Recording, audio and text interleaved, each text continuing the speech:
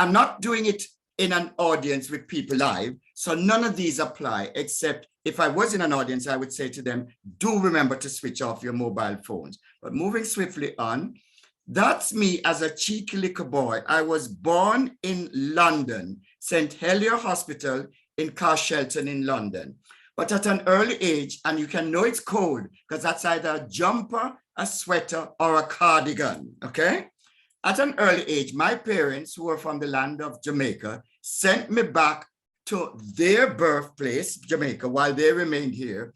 So I grew up in Jamaica in a place called Whitehall in St. Thomas, and have this condition, and I call it a medical condition, diabetes. I've had it for 18 years. But when I was growing up, I would see in the little district I was growing up, relatives of mine starting at the top who had strokes. Some of my relatives were completely blind. Some of my relatives had heart attacks. Some had kidney failure. So they had to go from the country area into Kingston to go onto the dialysis machine to have their kidneys seen to. And some had what we call lower limb amputations, chopping off of toes and feet. And finally, some died prematurely. In the Caribbean, would I say, gone too soon.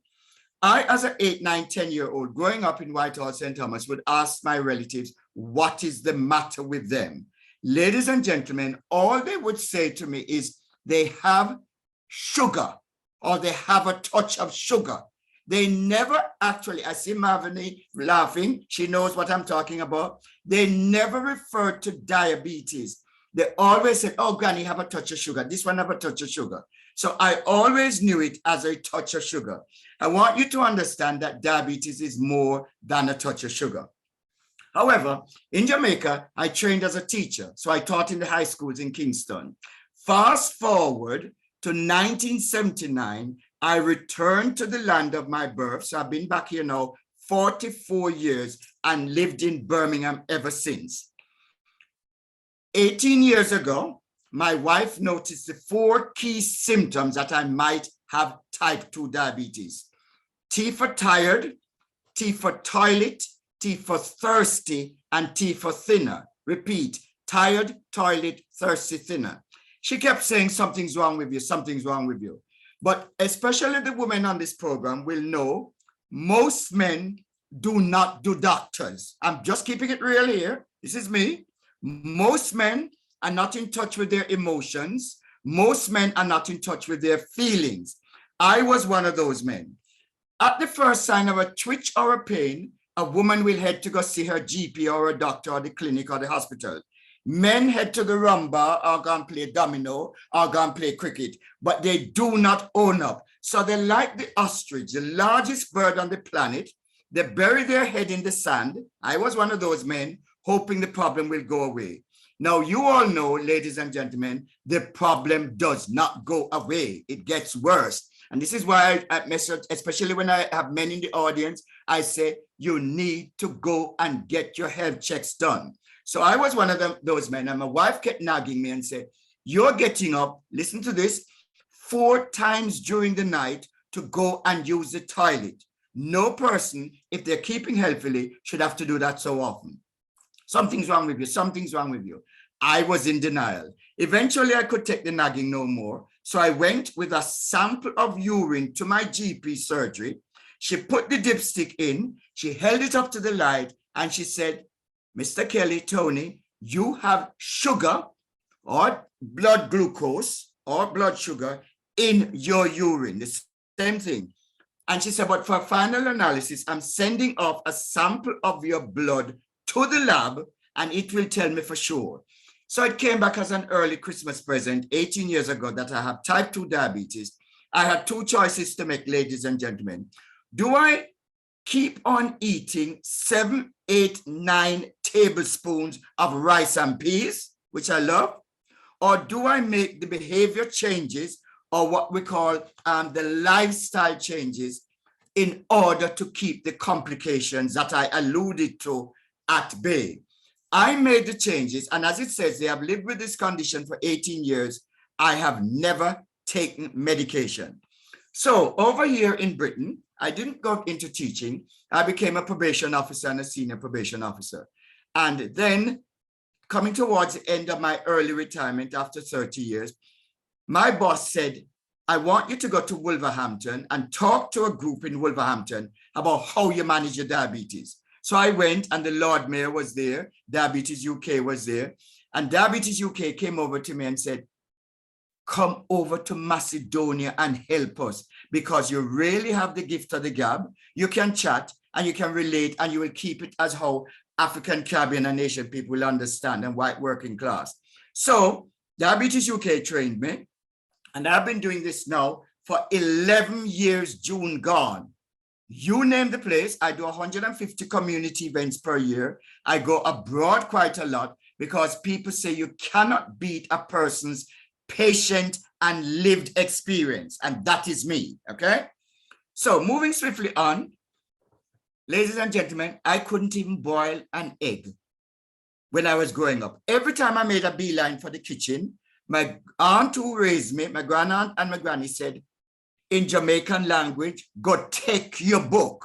And I translate that for you. It means go and do your studies. Go take your book. So I never could cook anything, not in boil an egg. So eventually I went to university, I went to college, and still can't cook. Then in 2008, my daughter said, this has got to stop. I'm going to give you a very exceptional Christmas present that year, 2008, December. And it was 15 Caribbean cookery classes all the way from where I live over to Sutton Coldfield to learn to cook. So that's me in my pinafore. You see me there learning to cook Caribbean food.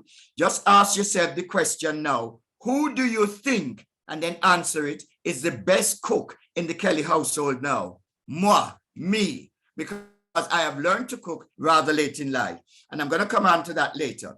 Again, I big up the National Health Service when I do these presentations, and I big up my family in the National Health Service. Some people say I shouldn't, but I am about changing the narrative. In 1952, the woman in the middle is my aunt from Bath, St. Thomas, Jamaica, who came here to train as a National Health Service state registered nurse, and she lived in Tooting Bec. Some of you might know it. My mother on the left, the only Black person, joined her the following year in 1953, also to train as a state registered nurse, SRN. It didn't end there, ladies and gentlemen. In 1956, my aunt, that's their sister, came to train as a nurse. Some of you weren't even born then, just like me, okay?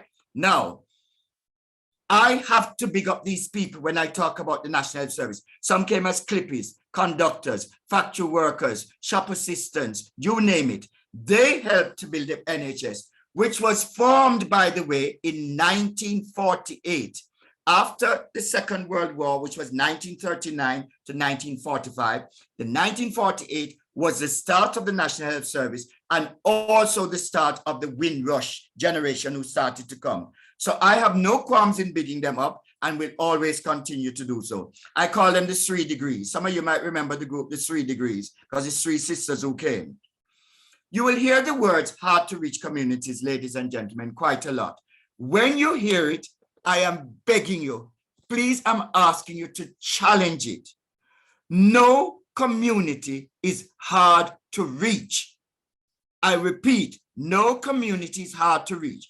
So when I go to these big conferences and I wait until they finish speaking and I say, excuse me, you just use the word hard to reach communities so many times. Who are you referring to? And they're so bright and bold. They're referring to the Africans, the Caribbeans, the Asians, and the white working class. I say, listen, are they on Mars, Jupiter, in the rainforest, in the jungle, in the deep blue sea? No, they are not. So don't call any community hard to reach.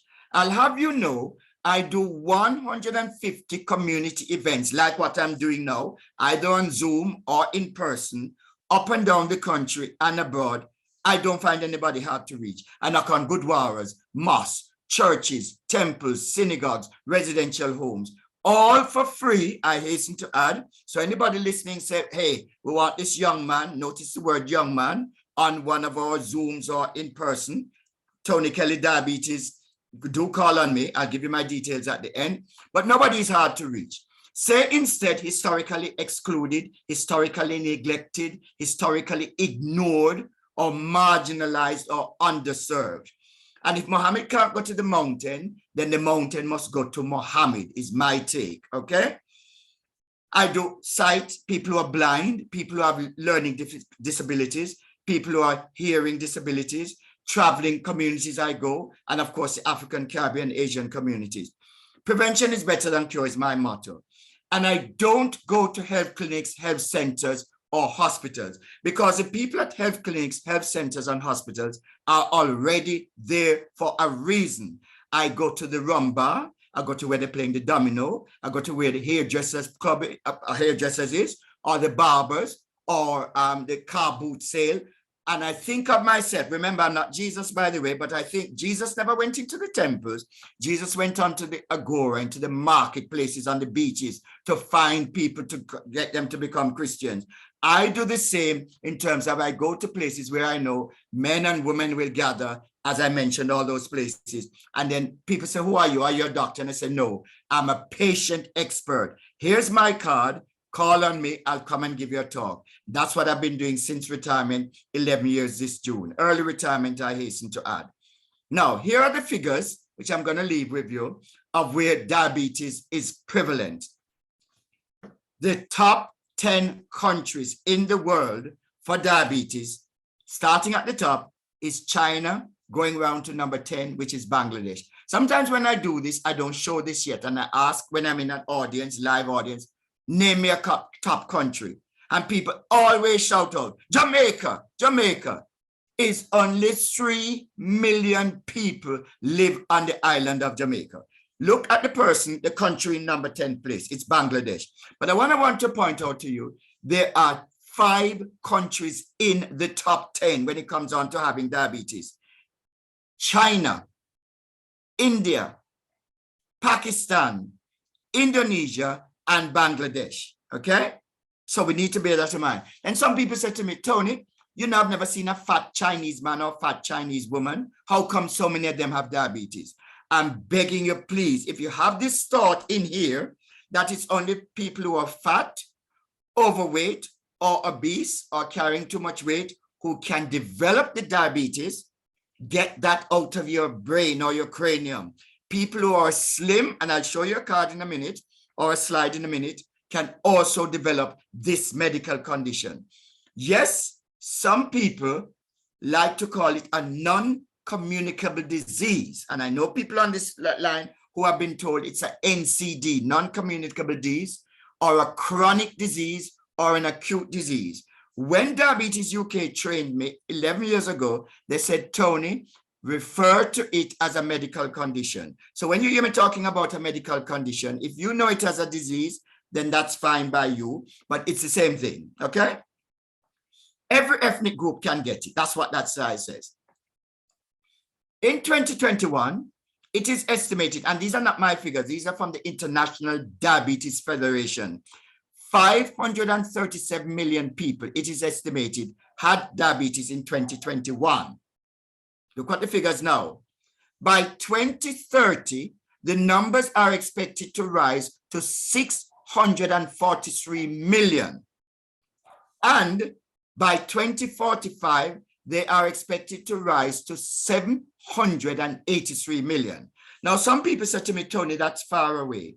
Cast your mind back to the millennium 1999 and just remind yourself, we are now in the year 2023. So you see how time has flown. Okay, so bear that in mind. At the bottom, it goes on to say that every 8 seconds, and at this point, I show 8 fingers, every 8 seconds in the world, somebody dies from diabetes complications. That's a fact. I have not made up that figure.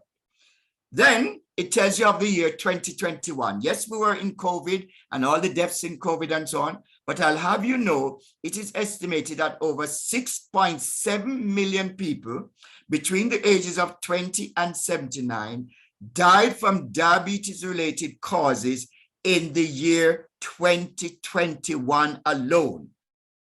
That is why it's not a touch of sugar. It is a very, very serious medical condition. We're coming to Britain now. Diabetes is big in Britain. They've just released the figures for Britain about 4, 5, 6 weeks ago.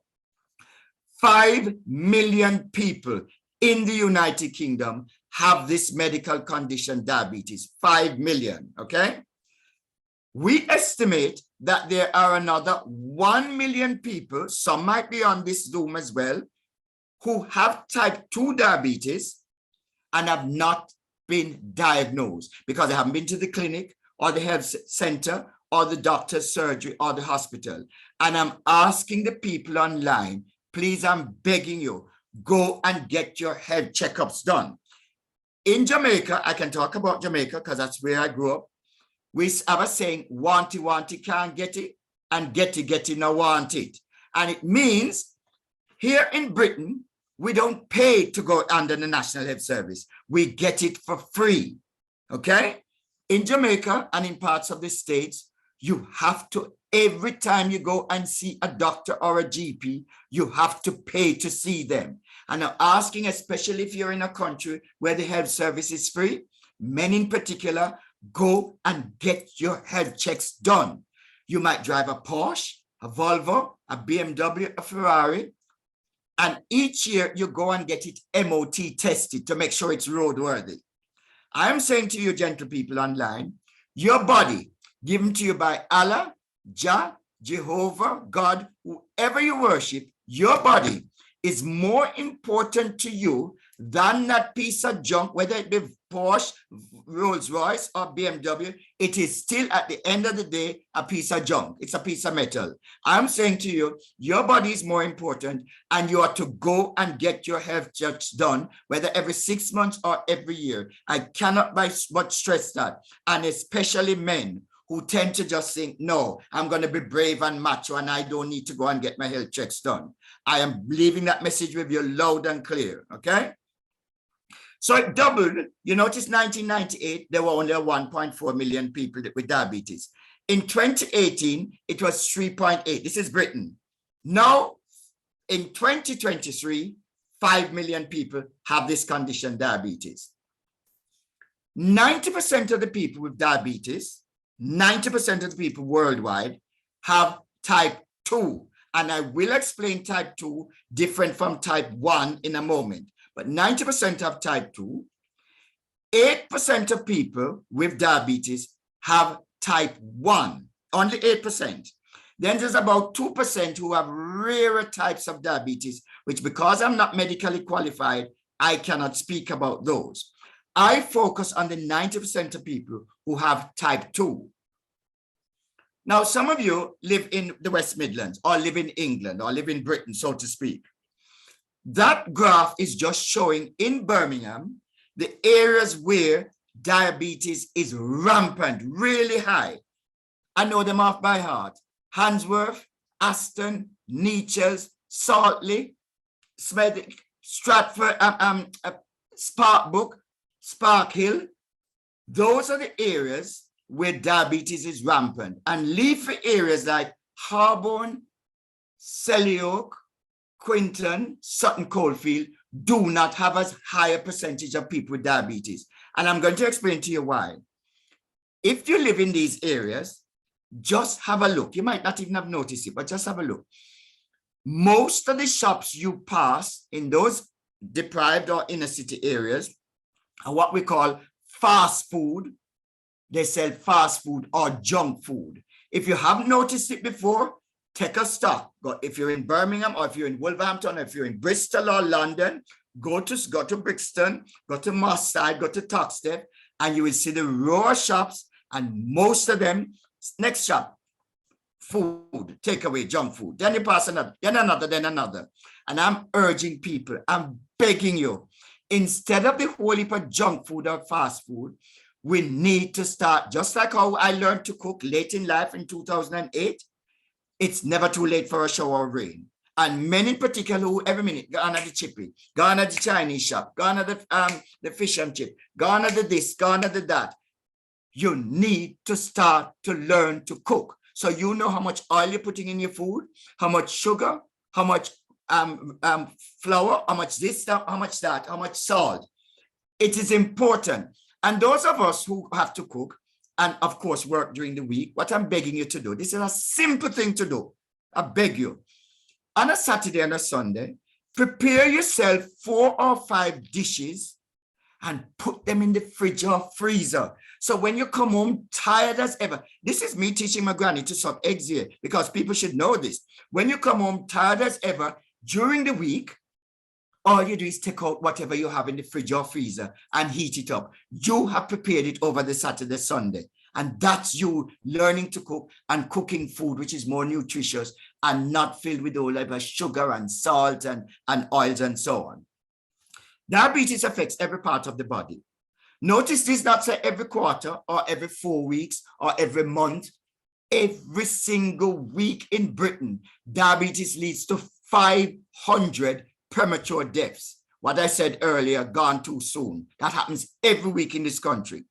Every week in this country, there are 284 lower limb amputations, chopping off of toes and feet because of people not taking care of their feet. It's called foot care from diabetes. Every week in this country, Britain, there are 770 strokes related to diabetes. Every week, there are 590 heart attacks and 2,300 cases of heart failure. Diabetes is also the leading cause of preventable or avoidable sight loss in people of working age in the United Kingdom. And I'm going to let you into a little issue here. I do these all the time, and people say to me, oh, my sight's going because I can't see the small print, or I'm squinting, or I can't see what's in the book, or I can't see what's on the computer, or I can't see what's on the television. Ladies and gentlemen, it's nothing to do with age. Some people think because I'm 60 or 70 or 80, it's my sight's failing. I beg you, please. It is a diabetes. It's called diabetes retinopathy. It's a big word, but it is a disease which is now happening at the back of your eye, causing you to have blurred vision and to go blind. That is a fact.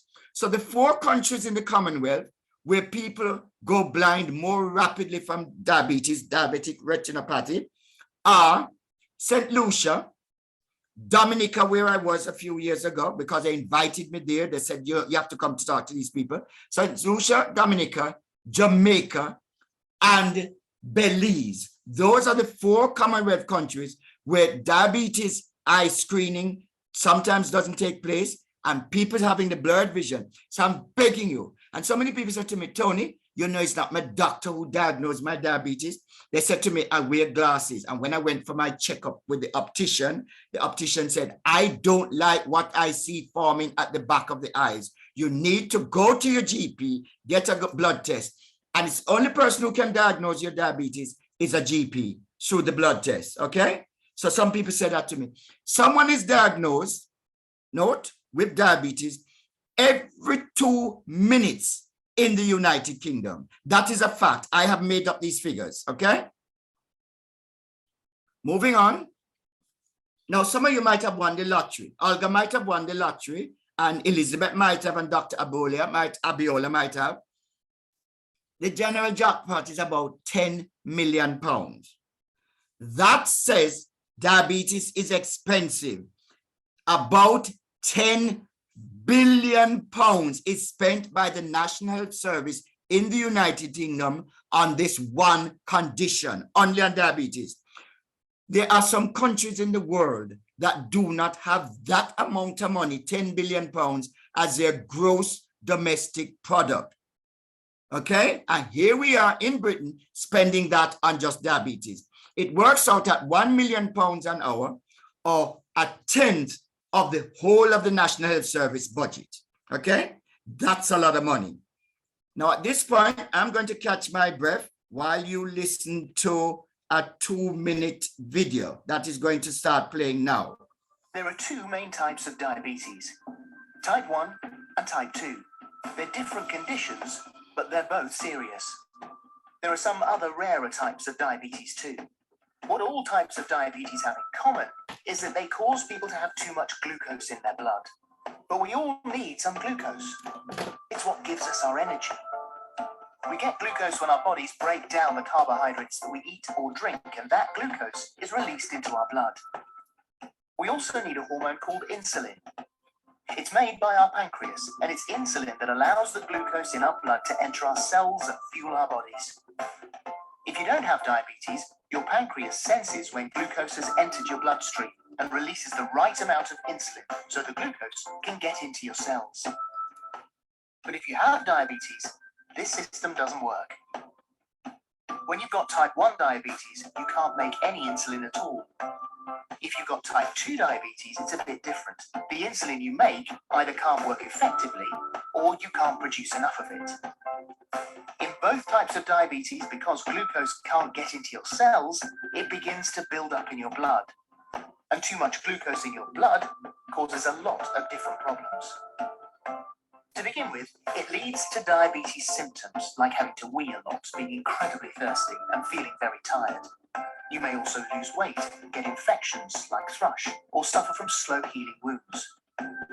Over a long period of time, high glucose levels in your blood can seriously damage your heart, your eyes, your feet, and your kidneys.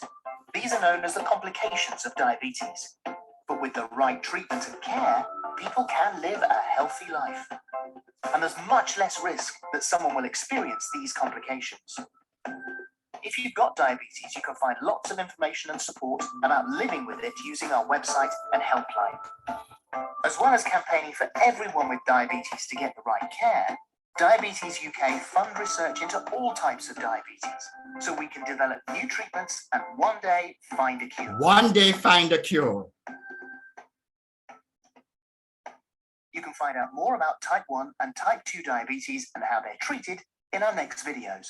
Now, what I'd say to you is, if you want to show this to your friends, your colleagues, your relatives, or your neighbors, it is permanently on the Diabetes UK website. What is diabetes? And I'll just take a few things with you as I go.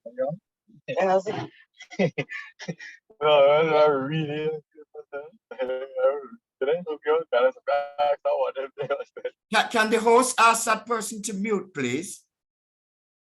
Thank you. The person who voice overs that 2-minute video, which is permanently on the Diabetes UK website, is Philip Schofield. He's been in the news a lot recently. Those of us in Britain will know that.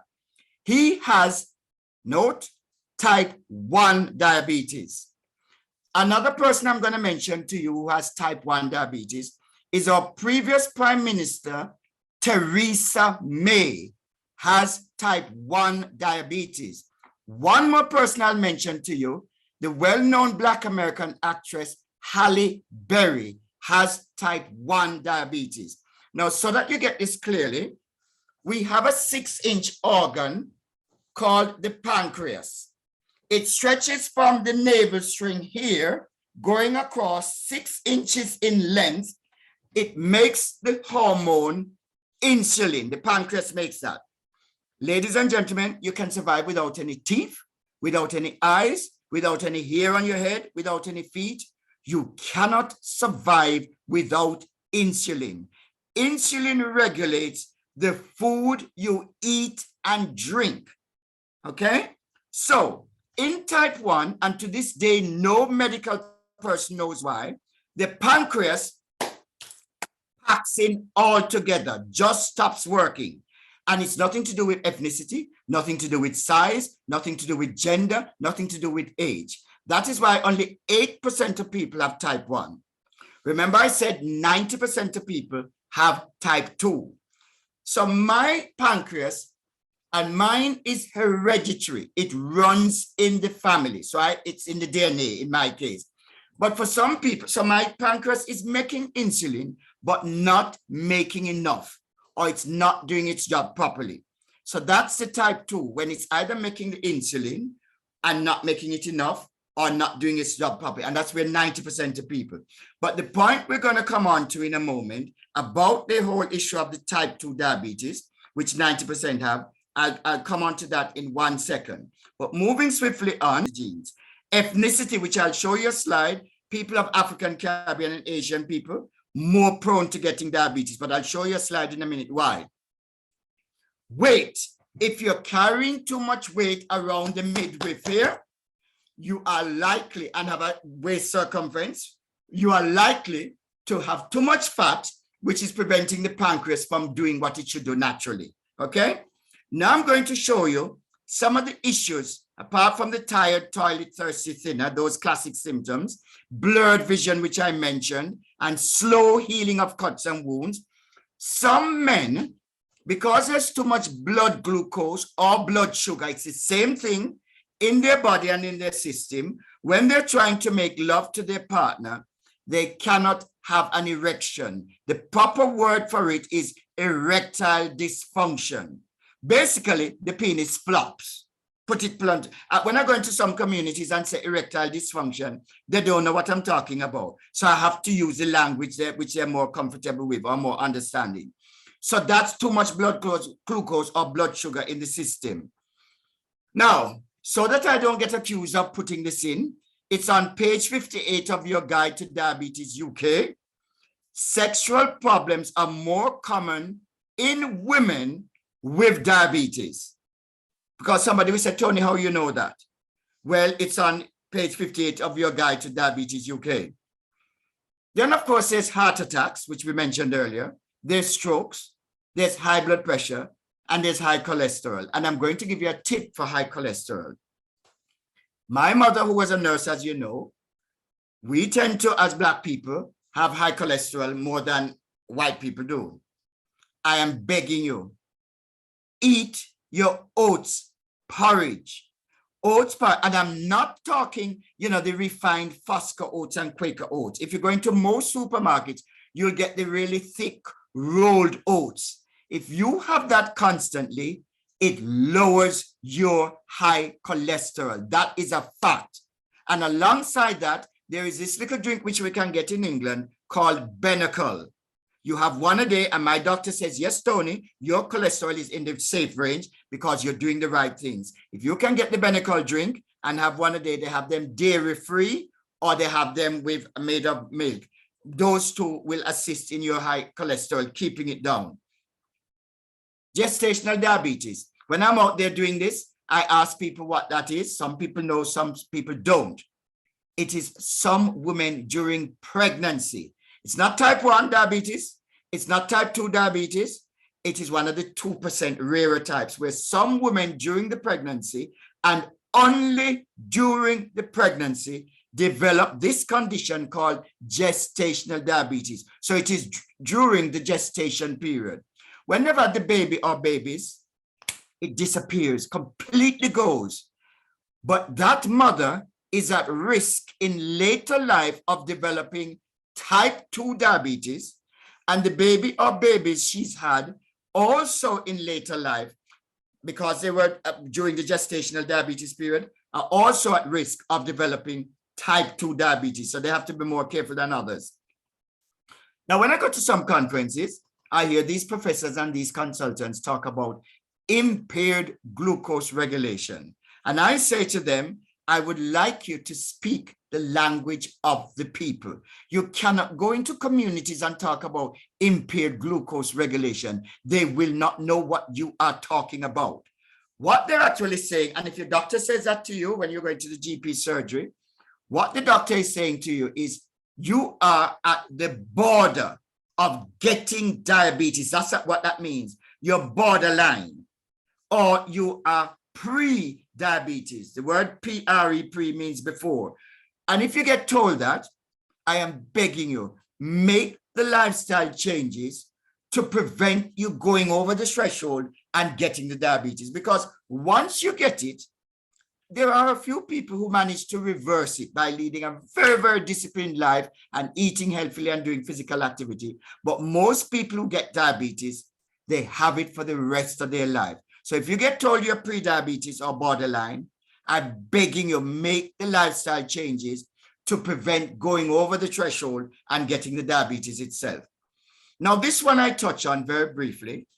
Some people are on steroids and they've been given steroids prescribed by their doctor. It might be because they have asthma, they use the inhaler and they run for low dose steroids. Some have kidney problems, some have other problems, and they have to be on high steroid doses, very high steroid doses. In some people, the steroid, one of the effects of taking steroids for so long in some people, it affects the pancreas, which I mentioned earlier. They then have steroid-induced diabetes, not type 1, not type 2, not gestational, okay? Steroid-induced. Now, Tony has not said here, if you're on steroid and listening in on this, that you must suddenly just stop taking it. You have to do it under medical supervision. Remember, I said I'm not a doctor. I'm just my patient experience, my lived experience. But the other thing about steroid-induced diabetes is I sometimes go to the gym and I will see somebody who looks like me. And in 6 weeks' time, they look like the Incredible Hulk. And I think, oh my gosh, how did you go from this to that within 6 weeks? You know what a lot of them do in the gym, men and women? They inject steroids into their leg or into their arm instead of trying to do it the natural way, taking 6, 7, 8 months to build up the muscle mass and so on in the body. I have to try and explain to people, you should not be using steroids in the gym or wherever in order to build up your muscle mass. It's doing you no good. You can end up getting steroid-induced diabetes. Moving swiftly on, ethnicity. People from African, Caribbean, and South Asian backgrounds, it's not me saying this, the facts are out there, are 2 to 4 times more likely to develop type 2 diabetes than white people. We also, as Black people, get it from age 25. So some of you have children and even grandchildren who are at that age 25. They need to make sure they go and get their health checks done. And it's to do, white people start getting diabetes on the whole at age 40, 15 years later. Why? It's to do it with our genetics, or DNA, or metabolism. Any of those words mean the same thing. It's also to do with environmental factors, such as if you live in a place which is overcrowded, if you're in a relationship and there's domestic violence, stress, which causes blood glucose levels to rise. So we who are on the receiving end of racism and sexism, you have to try and keep yourself calm and keep yourself cool and collected, because racism and sexism and stress increases the blood glucose levels that cause you to become type 2 diabetes. Then also leading the couch potato or sedentary lifestyle, sitting on our proverbial, you know what I'm talking about, all day and not doing physical activity. Let me stress throughout this presentation, I'll just explain once, I tend not to use the word exercise because it conjures up images you're wanting the person to go to the gym. I say physical activity. Gardening is physical activity. Mowing the lawn is physical activity. Cleaning the windows is physical activity. Line dancing is physical activity. Going for a fast-paced walk is physical activity. Climbing the stairs is physical activity. Those are the things I'm wanting you to do, instead of thinking, oh, Tony's there saying I must go to the gym. That's not what I'm saying at all, okay? I'm going to move from body mass index, but go to this one, which is very important. I left the tape measure in my car, but I'll explain it to you. Some of you might remember the Miss World competition, where the perfect figure walking down the catwalk was 36-inch bust, 24-inch waist, and a 36-inch hip, what we call an hourglass figure. Show me a woman now with a 24-inch waist. And I'm not talking from the trouser size, by the way. I'm talking from the belly button, Most people are much bigger. But this is the score. Diabetes UK, you can go and look it up on their website, says, let's say the woman's waist size is 40 because she's bigger in size and she's had children and so on. Realistically, she's not going to come down to what Diabetes UK says. All women, make a note, must aim for a waist size of 31.5 inches. All women. But if you're 40, you ain't going to get there. But I'm begging you to come from 40 to 38 or 36. And I'll stand up. Get rid of some of this fat that is around here, which is preventing the pancreas from what it should do naturally. Okay? Asian men, they have from the belly button again, they must aim for a waist size of 35 inches. Anything above 35, diabetes is probably going to come their way. So if the man's waist size is 42 and they have this big belly showing out here, you're asking him to come down from 42 to at least to 40 or 38 to better his chances. Asian men, 35. White men and black men, we are allowed a measurement from the belly button again, not from the trouser size, of 37 inches. I know some of you might be into metric and centimeter and so on. I'm old school, so all of this is in inches, I'm afraid. Now here's an interesting one. TOFI. Thin on the outside, fat on the inside. You have some people who are skinny, who are meager. In Jamaica, where they say maga, okay? And they have diabetes. And they tell you they have diabetes, and you're telling them, no, you can't have diabetes. It's only fat people get it. Well, let me tell you something. It says it at the bottom. Thin on the outside, fat on the inside. So fat is deposited in the liver and the pancreas and causing some thin people to get diabetes. So you need to be mindful of that as well, okay? So the symptoms: tired, toilet, thirsty, thinner, thrush and genital itching in people's private parts, slow healing of cuts and wounds, which I'm going to talk about in a second, blurred vision, which I spoke about earlier, extreme tiredness, constantly lethargic and feeling run down and so on, weight loss. But more importantly, sometimes no tired, no toilet, no thirsty, no thinner, no weight loss, no nothing, and you're going around because you haven't gone to get your health checks, and suddenly all your organs start to pack in, and by the time you get to the GP says to you, do you realize you have diabetes? And you think, oh my God, I never had any of the telltale symptoms, which is why I'm begging you people, go yearly and get your health checkup done. And if the doctor looks at you and says to you, well, you're as skinny as ever, you're right as rain, I'm not going to send off any bloods. Ask the doctor if he or she has X-ray vision.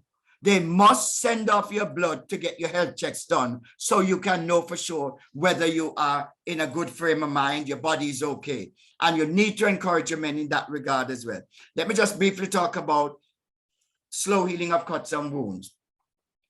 I used to go to a particular gym, and then I didn't see a chap there for a while. Now, this chap was very muscular, black chap, very muscular, and he used to want to attract the women, and he would wear the shorts, the skimpier shorts, and the t-shirt, and every sinew and muscle when him walking down the road where he lived. Then I didn't see him for a while, and then I saw his brother. But because I wear all of these, I have all of these and hoodies as well, the brother saw me and said, you know my brother, you know, you go to the same gym as him. I said, where is he? He says he's in Dudley Road Hospital. Ladies and gentlemen, this is a true story. He was at home, a glass dropped, he used a dustpan and brush to pick up all the splinters, but one remained on the floor. It went into his big toe. Typical man, him there using Dettol and antiseptic to try and get the toe better, and it was getting worse. And somebody visited him and said, your toe is very stink. You need to go down to the hospital. But he went to the doctor with the toe. The doctor took one look at him and said, you either have gangrene or septicemia. You must go to Dudley Road Hospital to be seen. He went. Ladies and gentlemen, they chopped off his big toe, completely chopped it off. But the gangrene or septicemia had spread to his other 4 toes. They chopped off the other 4 toes. It didn't end there. I see Mavina shaking her head. It spread up to just below the knee. The gangrene, and they chopped off his knee, his leg just below the knee. You know what happened? Something named depression. Some of you might be in the mental health arena. Depression set in. He drew all the curtains and the blinds at his home. Because remember, this is a man who was so macho and manly and wanted everybody to see. Now he had to be fitted with a prosthetic limb. And he was so ashamed and so embarrassed, and he would not come out. And I heard about it, and I used to ring him up and motivationally say to him, you've lost a leg. You have not lost your life. Try and get over it. Try and get over it, which he eventually did. So I just talk about foot care very briefly. When I'm taking my granny to suck eggs here, when you have your shower or your bath, dry between the toes properly. Do not put lotion between the toes. You can put talcum powder, but not lotion. You also have to make sure at the back of your feet, there's this dead skin, crusty skin, dead skin. When we're in Jamaica, we'd go down to the riverside or the standpipe, and all we would do, those of you from the Caribbean would know that all you would do, you just rub your hand, your foot, beg your pardon, the back of the foot against the rough stone and get rid of the dead skin. Over here, we have to go into Marks and Spencer's and Holland and Barrett to go buy pumice stone to rub the dead skin that is behind there. I am begging you, because if you don't get rid of that dead skin, a thorn, a maca, a nail, a screw, or a rusty nail or something, or a pin can easily well go into that part of your feet. And if you're not feeling it because of the nerve endings, if you have diabetes, that is when the ulcers and the foot sores start. So I have to go once a year to see my diabetic nurse, and she tells me to look away. And she does that. And she said, did you feel that? And I said, no, you haven't touched me. She said, yes, I didn't touch you. But then eventually she uses a prong and touches all parts of my feet, both feet, to make sure that the nerve endings are fine. I'll tell you for nothing, the hospital in Britain where more amputations take place than any other hospital in the whole of the country is East Birmingham Hospital. Some of you might know it as the Heartlands. More lower limb amputations take place there in the diabetes center. You see the surgeons, the medical surgeons chopping off the patient's toes and feet because they have not taken care of their feet. You must take care of your feet. In the summer, like me, try and wear open sandals, Birkenstock and slippers and sandals. Allow your feet to breathe. You cannot in the summer be wearing tight up shoes and close up shoes and so on, and wearing stocks and stockings. When I go to a lot of the residential homes and nursing homes, you see the residents gathered around and it's as warm as ever, and they still have on socks or stockings and have on trainers. And I said, listen, your feet need to breathe. And I beg you, when you go on holiday to the Caribbean or Asia or Africa or in the comfort of your own home, please, I beg you, do not walk around even on the carpet in your home barefoot, because your little grandson or your nephew might have come and dropped a pin or a thumbtack or a needle, and you're none the wiser, and that goes in your foot and you have diabetes. I'm afraid if you're not feeling nerve sensation, that's when you're going to end up possibly with your feet and your toes amputated. Okay, swiftly on. So eye disease is an issue. So remember, diabetes is not a disease, not as far as I'm concerned. It's a medical condition, but from it, you can get eye disease. That's retinopathy that I spoke about, blurred vision and going blind. You can get heart disease. Cardio means heart, cardiovascular. You can get kidney disease. So a lot of Asian people that I come across and visit in hospitals, because they're not taking care of themselves, they develop kidney disease. You can get nerve disease as well, okay? Those are the complications from diabetes. And I'll just tell you something. For the 70th anniversary of the National Health Service, they had a program down at the Queen Elizabeth Hospital here in Birmingham. And they wanted somebody to go and speak on the program, 2-hour BBC show. And everybody said, oh, Tony Kelly will go. So I went. The first question the woman asked me on that BBC Live for the 70th anniversary of the NHS, which was 5 years ago, because that's the same year as the Windrush. She said, so Mr. Kelly, you're a diabetes sufferer. I said, excuse me? I am this condition called diabetes. I'm living with it. I am managing and controlling it. It is not managing or controlling me. I hope you see the difference there. So please never, ever call me a diabetes sufferer. There are people, admittedly, who have the medical condition and suffer badly from it and have to be taking various drugs and so on, and metformin and insulin. I don't. Now, let me just explain something to you. Everyone with type 1 has to inject insulin into their stomach 3 times a day, type 1. Because remember, the pancreas has stopped working. Some people don't like to inject, so they wear a pump strapped to their body, and the insulin drips slowly but surely to keep them alive. That's type 1. And when I go to some places, I say, sir, Mr. Kelly, Tony, can they take the pump off to go have a shower or a bath? I say, yes, they can. But when they've done, they have to put it back on because they're on insulin for life. 102 years ago, a man named Sir Frederick Banting, 102 years ago, in his Canadian homestead, noticed a meager